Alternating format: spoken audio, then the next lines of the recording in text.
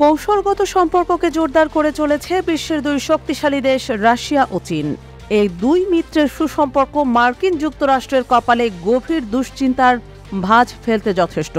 সম্প্রতি আঞ্চলিক ও বৈশ্বিক নিরাপত্তা আরও এক ধাপ পাকাপোক্ত করার লক্ষ্যে দক্ষিণ চীনের একটি সামরিক বন্দরে যৌথ নৌ মহড়া শুরু করেছে চীন ও রাশিয়া। রবিবার চীনের প্রতিরক্ষা মন্ত্রণালয় এক বিবৃতিতে এ তথ্য নিশ্চিত করে। বলা হচ্ছে, রাশিয়া ও চীন এই যৌথ সামরিক মহড়া এমন সময় শুরু করল যখন মার্কিন নেতৃত্বাধীন ন্যাটো সামরিক জোটের সঙ্গে দুই দেশেরই তীব্র টানাপোড়েন ও উত্তেজনা চলছে।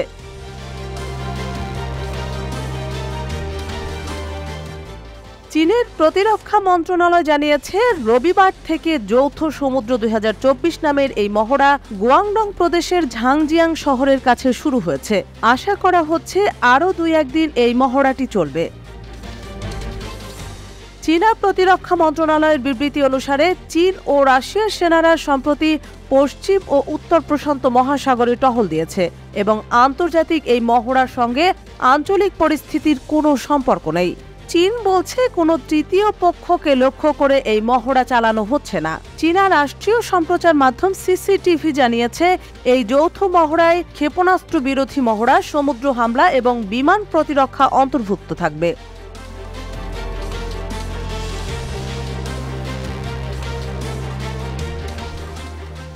সম্প্রতি ওয়াশিংটনে ন্যাটো জোটের শীর্ষ সম্মেলনে 32 সদস্য অনুমোদিত একটি বিবৃতি প্রকাশ করা হয়। এতে বেইজিংকে ইউক্রেনে চলমান যুদ্ধের জন্য রাশিয়ার চরম সাহায্যকারী হিসেবে চিহ্নিত করা হয়েছে। এদিকে এই যৌথ মহড়াকে কেন্দ্র করে নিজের নিরাপত্তা নিয়ে উদ্বেগে আছে জাপান। জাপান বলছে, আমাদের সীমার পাশে এই যৌথ মহড়া আমাদের জাতীয় নিরাপত্তার জন্য বড় হুমকি।